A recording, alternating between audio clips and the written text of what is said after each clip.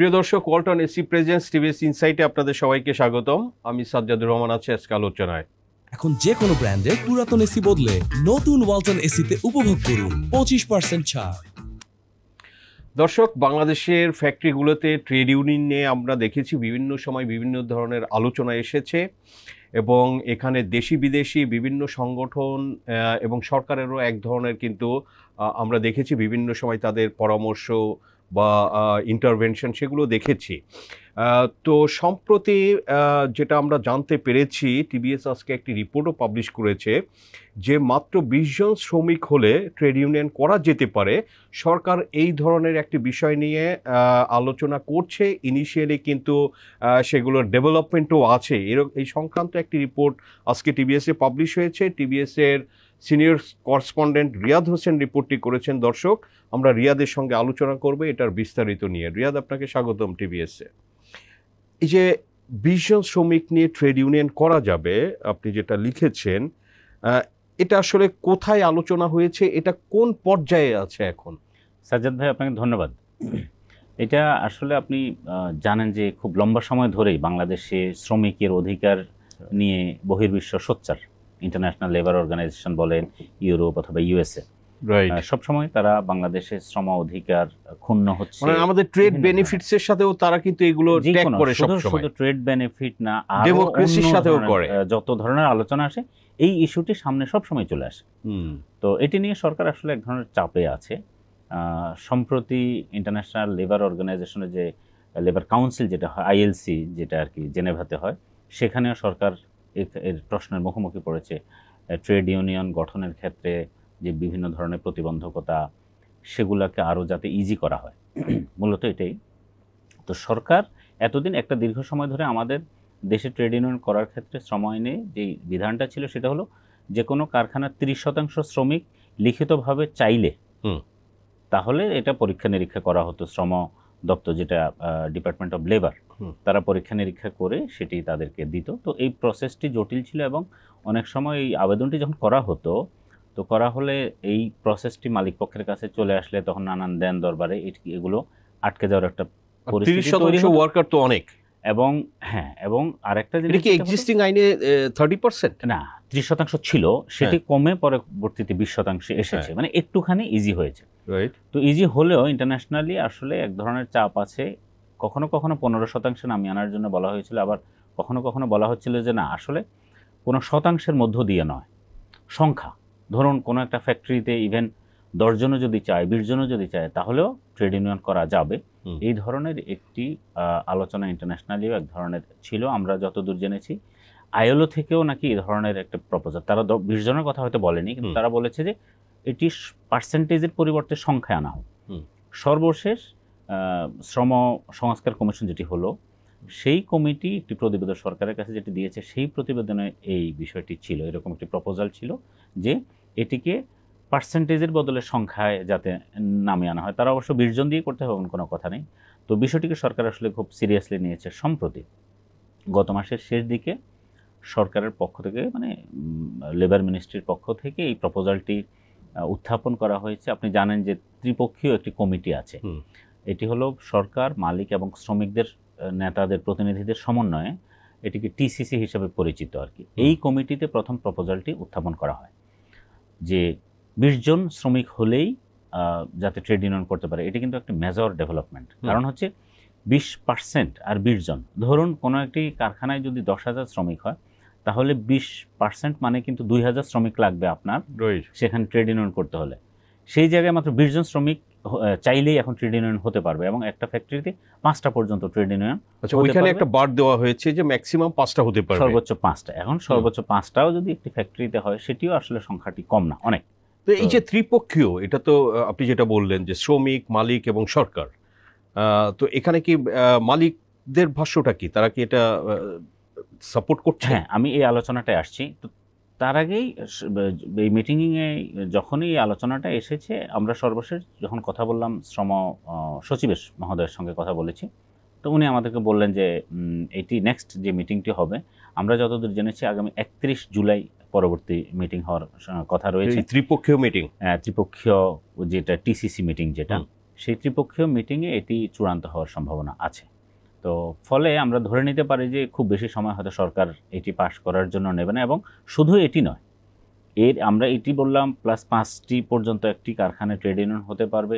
এর বাইরে trade union নিবন্ধনের ক্ষেত্রে আপনি ধরুন আবেদন করলেন, আবেদন করার পরে যে প্রসেস, এই প্রসেসগুলো আগে যতটুকু জটিল ছিল এগুলোকে অনেক ইজি করা হচ্ছে। এখন অনলাইনে আপনি যে কেউ আবেদন করলেই এটি যাচাই বাছাই আর ফ্যাক্টরিতে গিয়ে করা যাবে না, করতে হবে না, এটি অনলাইনেই যাচাই বাছাই করে ট্রেড ইউনিয়ন নিবন্ধন দিয়ে দিতে হবে। অর্থাৎ ট্রেড ইউনিয়নের ক্ষেত্রে যত ধরনের বাধা আছে প্রত্যক্ষ কিংবা পরোক্ষ, সব ধরনের বাধাই সরকার আসলে তুলে দিতে চাচ্ছে। এটি ইন্টারন্যাশনাল প্রেশারও আছে, প্লাস যেটা বললাম যে সর্বশেষ যে কমিশন, শ্রম সংস্কার কমিশনের, সেখানে এসেছে। এখন প্রশ্ন হচ্ছে মালিক পক্ষ, রাইট, কারখানা মালিকরা কি বলছে?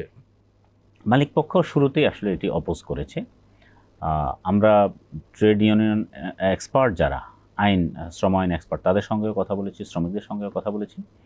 তাদের আসলে ম্যাক্সিমামেরই একটা বক্তব্য, বিশেষ করে এক্সপার্ট যারা, তাদেরও বক্তব্য হচ্ছে যদি এইভাবে ধরুন 20 জন চাইলে ট্রেড ইউনিয়ন করা যায়, এটার একটা সুবিধার জায়গা হলো, এটা শ্রমিক সংগঠনের নেতা যারা, তাদের কথা হচ্ছে, সুবিধা হচ্ছে যে হ্যাঁ, আমি এটা একটি আমার সাংবিধানিক অধিকার, আমি ট্রেড ইউনিয়ন করতে চাই, এটাকে পার্সেন্টেজের কারণে একটা বাধা সৃষ্টি করার উচিত না।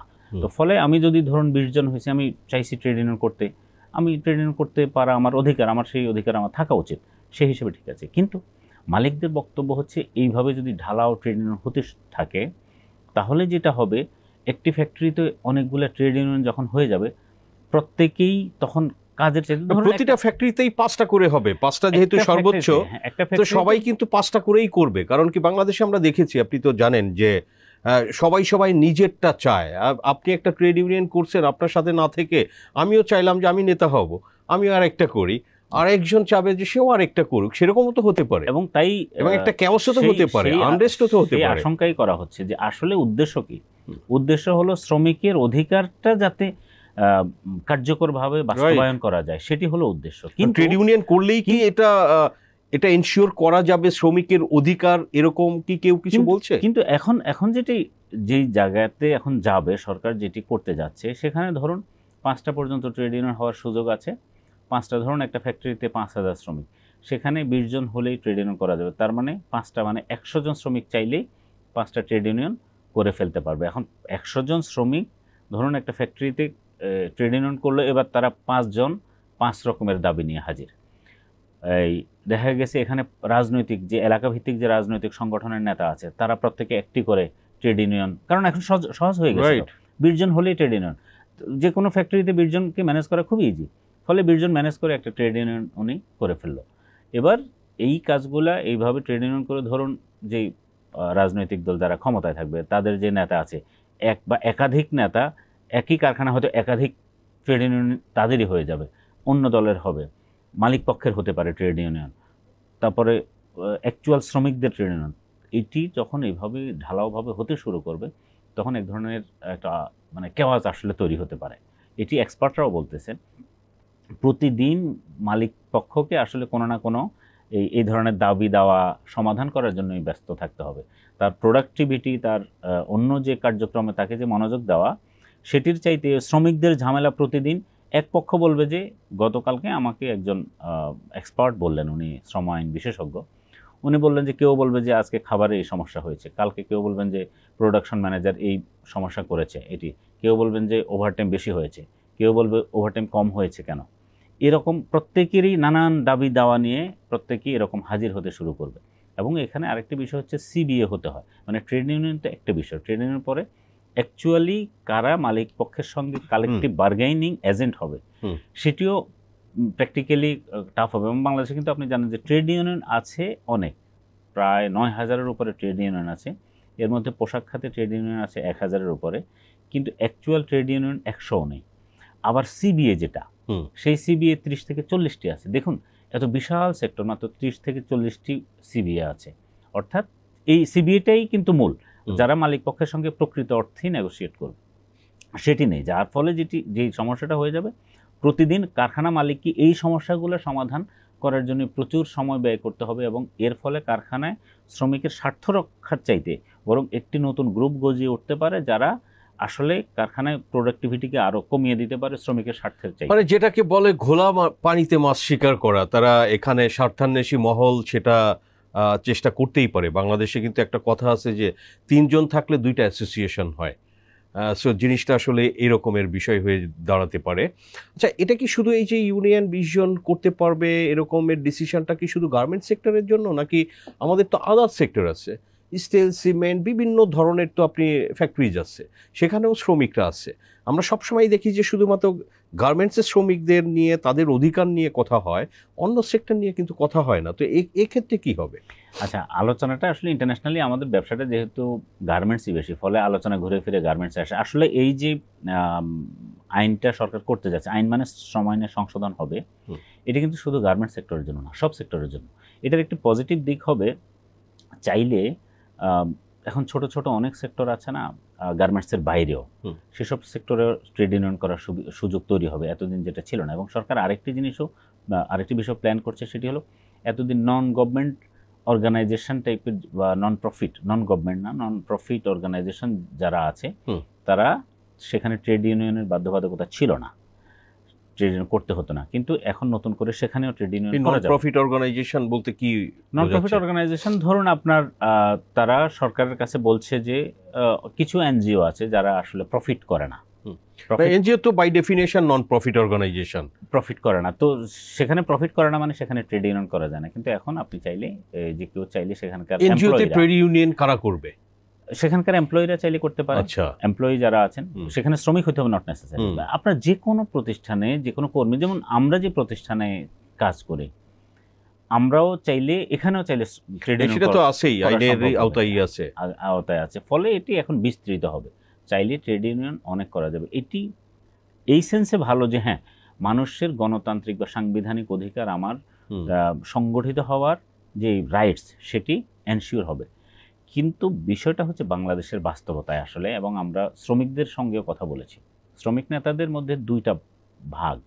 একটা ভাগ বলছেন যে হ্যাঁ, এটা সাংবিধানিক অধিকার, এটি ভালো, এটি হওয়া উচিত। আবার আরেকটি অংশ যারা প্রকৃত অর্থে ট্রেড ইউনিয়ন করে, তাদের আবার বক্তব্য হচ্ছে যে না, এখানে আসলে এখন যারা ট্রেড ইউনিয়নিস্ট, মানে রিয়েল ট্রেড ইউনিয়নিস্ট, তারা মনে করছে যে এখানে এখন এক ধরনের পলিটিক্যাল নেতাদের আনাগোনা বা তাদের দৌরাত্ম্য প্রভাব সেখানে বেড়ে যাবে। তারপরে এমনও হতে পারে, এটিও অবাস্তব নয়, যে ধরুন কোনো একটা ফ্যাক্টরিতে মালিক নিজেই হয়তো 20 জন করে 5টা ট্রেড ইউনিয়ন নিজে আগে বানিয়ে করতে পারে, সেটিও হতে পারে। কারণ 5টা হয়ে গেলে তো সেখানে ট্রেড ইউনিয়ন হতে পারবে না, মালিকও এই অপব্যবহার করতে পারে। ফলে যে কোনোভাবেই এটির অপব্যবহারের সুযোগ আছে। এখন দেখা যাক সরকার আসলে শেষ পর্যন্ত এটাকে কিভাবে করে, কারণ বাংলাদেশের বাস্তবতা আর জাপান, সাউথ কোরিয়ার বাস্তবতা এক নয়। আপনাকে আরেকটা বিষয় বলে রাখি, এটি কিন্তু এই যে সংখ্যাভিত্তিক ট্রেড ইউনিয়ন, যেটা 20 জন দিয়ে ট্রেড ইউনিয়ন হবে বা 10 জন চাইলে ট্রেড ইউনিয়ন হবে, এটা বাংলাদেশের নতুন নয়, এটি আরও অন্যান্য দেশেও আছে। তো এখন ধরুন জাপান, সাউথ কোরিয়ার সেখানকার গণতান্ত্রিক ব্যবস্থা বলি, অথবা সেখানকার মানুষের শিক্ষা, অথবা শ্রমিকদের যে চিন্তা ভাবনা, অনেকটাই অর্থনৈতিক সক্ষমতা, বা তারা অনেক যৌক্তিক। তারা চাইলেই হুটহাট করে রাস্তায় নেমে গাড়ি ভাঙচুর করে না। লেবার লতে তাদেরকে যে রাইটসটা এবং রেসপন্সিবিলিটি দেওয়া আছে, তারা সেটি সঠিকভাবে অ্যাপ্লাই করে। বাংলাদেশে আসলে সেটি নেই। বাংলাদেশের শ্রমিকের অধিকার যেভাবে ক্ষুণ্ণ হচ্ছে, আবার শ্রমিক কখনো কখনো তার যে রেসপন্সিবিলিটি আছে সেটিও সঠিকভাবে মানে না। 2টা দিক থেকেই প্রবলেম আছে। ফলে শ্রমিককে যথাযথভাবে সচেতন করার আগে যদি এরকম একটি অবস্থায় ঢালাও ট্রেড ইউনিয়নের একটি সুযোগ দেওয়া হয়, সেটি বাংলাদেশের জন্য কতটুকু ফ্রুটফুল হবে সেটিও আসলে ভাবার প্রয়োজন আছে বলে মালিক পক্ষ মনে করছেন। এখানে একটি বিষয় আমাকে একজন কারখানা মালিক বলেছেন যে কম্বোডিয়ার একটি উদাহরণ তিনি দিয়েছিলেন, যে কম্বোডিয়া থেকে ইন্টারন্যাশনাল বিভিন্ন রাইটস গ্রুপগুলো প্রেশার দিয়েছিল যে হ্যাঁ, তোমার দেশে যদি এইভাবে, সেখানে সংখ্যাভিত্তিক ট্রেড ইউনিয়নের কথা বলা হয়েছিল, যে যদি সংখ্যাভিত্তিক 20 জন অথবা 15 জন চাইলে বা 25 জন 30 জন চাইলে ট্রেড ইউনিয়ন করা যাবে, তাহলে তোমার দেশে প্রচুর অর্ডার আসবে, মানে মানুষ বা ইন্টারন্যাশনাল কমিউনিটির কাছে একটা পজিটিভ বার্তা যাবে। তো তারা যথারীতি এটি বাস্তবায়ন করলো। কিন্তু ফাইনালি দেখা গেল যে গত কয়েক বছরে নাকি সেখানে ধীরে ধীরে ব্যবসাটা আসলে কমে গেছে। এবং বাংলাদেশের কারখানা মালিকটা বলছেন এর মূল কারণ ছিল এইভাবে ঢালাও ট্রেড ইউনিয়নের সুযোগ দেওয়ার কারণে সেটা সঠিকভাবে বাস্তবায়ন হয়নি, সেটি অ্যাবিউজ হয়েছে। সেই অ্যাবিউজের কারণে সেখানে ক্ষতিগ্রস্ত হয়েছে। ফলে তারা আশঙ্কা করছেন যে এটি বাংলাদেশের বাস্তবতায় এটি আরও পরীক্ষা নিরীক্ষা করে এটিকে দেওয়া উচিত। হ্যাঁ, কারণ আমরা দেখেছি যে আপনি আইএলও বলেন বা আমেরিকা, ইউরোপের এটা যেটা আছে 20% শ্রমিক হলে ইউনিয়ন করা যেতে পারে, তাদের একটা ছিল এটা কমানো, কেউ কেউ এটা 15% বলেছে, বা তার থেকে আরও কম হতে পারে, 10% হতে পারে, সেটাও হয়তো একটা লজিক্যাল ব্যাপার হতে পারে। কারণ সবার পার্টিসিপেশন না থাকলে 20 জন, যারা ধরেন যে 20 জন শ্রমিক কাজে ফাঁকি দিতে চায় যে সে হলো ইউনিয়ন করবে, কাজ করবে না, সেরকমও তো বাংলাদেশে হতে পারে। বাংলাদেশের তো ওভারঅল গভর্নেন্স সিস্টেম ভালো না, পলিটিক্যাল পার্টির মধ্যেই তো আপনার ডেমোক্রেসি নাই, গভর্নেন্স নাই, এখানে একজন নেতা সারা জীবন নেতা থাকে। এবং এখানে বাংলাদেশে আপনি খেয়াল করবেন গত কয়েক বছর ধরে কিন্তু যতগুলো ট্রেড ইউনিয়ন হয়েছে খুবই মানে প্রকৃত অর্থে শ্রমিকের স্বার্থ নিয়ে কাজ করছে এই সংখ্যা খুবই কম। অথচ দেখুন 9,000 ট্রেড ইউনিয়ন আমরা শুনলে মানে কোথায় সে ট্রেড ইউনিয়ন কাদের স্বার্থ নিয়ে কাজ করে? কিন্তু প্রকৃত অর্থে ট্রেড ইউনিয়ন, যে আমরা যেটা বললাম যে প্রকৃত অর্থে ট্রেড ইউনিয়ন হিসেবে কাজ করছে শখানেক, এবং এর মধ্যে মাত্র সিবিএ আছে আসলে 30 থেকে 40টি। ফলে প্রকৃত ট্রেড ইউনিয়ন যদি না হয় যারা শ্রমিকের কথা বলবে এবং শ্রমিকের পক্ষে দরাদরি করবে, দর কষাকষি করবে মালিক পক্ষের সঙ্গে, এরকম সিবিএ যদি না হয় তাহলে আপনি শত শত হাজার হাজার, এখন এই যেই সুযোগ আসছে সামনে এবং যেভাবে ট্রেড ইউনিয়নটাকে সহজ করে দেওয়া হচ্ছে, সহজ করা অবশ্যই দরকার, কোনো বাধা থাকা উচিত নয়, রাইট। কিন্তু ঢালাও ট্রেড ইউনিয়ন হলে শত শত হাজার হাজার ট্রেড ইউনিয়ন হয়ে যাবে, সেটি যদি শ্রমিকের স্বার্থ রক্ষার জন্য কাজ না করে বরং মুষ্টিমেয় কিছু লোকের স্বার্থ রক্ষা করে বা তাদের পকেট ভারী করে, তাহলে সেই ট্রেড ইউনিয়ন আলটিমেটলি বাংলাদেশের মানে এটার কি কি আসলে নেগেটিভ প্রভাব পড়তে পারে সেটাও ভাবা দরকার। এটা করার আইন চেঞ্জ করার আগে আসলে এগুলো ভাবা দরকার বলে বিশেষজ্ঞরা এবং সবাই বলছেন। রিয়াদ, আপনাকে অসংখ্য ধন্যবাদ টিভিএস ইনসাইটে সময় দেওয়ার জন্য। দর্শক, আমরা আলোচনা করলাম যে ট্রেড ইউনিয়ন আইন চেঞ্জ করে যেটা করতে যাচ্ছে যে মাত্র 20 জন হলে হতে পারে, যেটা এখনও প্রাথমিক পর্যায়ে আছে, বাট এটার আরও মিটিং হবে, এটা দীর্ঘ একটা প্রক্রিয়ার পরে হয়তো এটার একটা সিদ্ধান্ত আসবে। বাট যেটা আমরা আলোচনা থেকে বুঝলাম যে আসলে শ্রমিকের অধিকারেরও দরকার আছে, তাদের ট্রেড ইউনিয়ন সেটা করারও অধিকার আছে, কিন্তু আসলে বাংলাদেশে অনেক ফ্যাক্টরি আছে, 5,000 10,000 ওয়ার্কার, তো সেখান থেকে আসলে 20 জন দিয়ে যদি ট্রেড ইউনিয়ন হয় সেটা প্রকৃত অর্থে আসলে শ্রমিকদের স্বার্থ কতটা রক্ষা হবে বা এটার প্রভাব কি নেগেটিভ ইম্প্যাক্টসগুলো হতে পারে, বিকজ সেখানে কিন্তু স্বার্থান্বেষী মহল কিন্তু এগুলোর আসলে সুযোগ নেওয়ার, অপব্যবহার করার জন্য কিন্তু আসলে তারা সব সময় বসে থাকে। তো সেই বিষয়গুলো আমরা আশা করি সরকার, এখানে যারা কাজ করছেন, পলিসি বা বিভিন্ন সংশ্লিষ্ট দপ্তরগুলো আছেন, প্রাইভেট সেক্টরের রিপ্রেজেন্টেটিভ, শ্রমিকদের রিপ্রেজেন্টেটিভ, তারা আসলে এটা দেশের স্বার্থ বড় করে ভাববে, ডেফিনেটলি সেখানে তো আসলে শ্রমিকদের স্বার্থটা অগ্রাধিকার পাবে। সো দর্শক, আমরা আলোচনা করলাম, আপনাদের সাথে শেয়ার করলাম। আমাদের আলোচনা ভালো লাগলে লাইক করবেন, শেয়ার করবেন। আপনাদের সবাইকে ধন্যবাদ।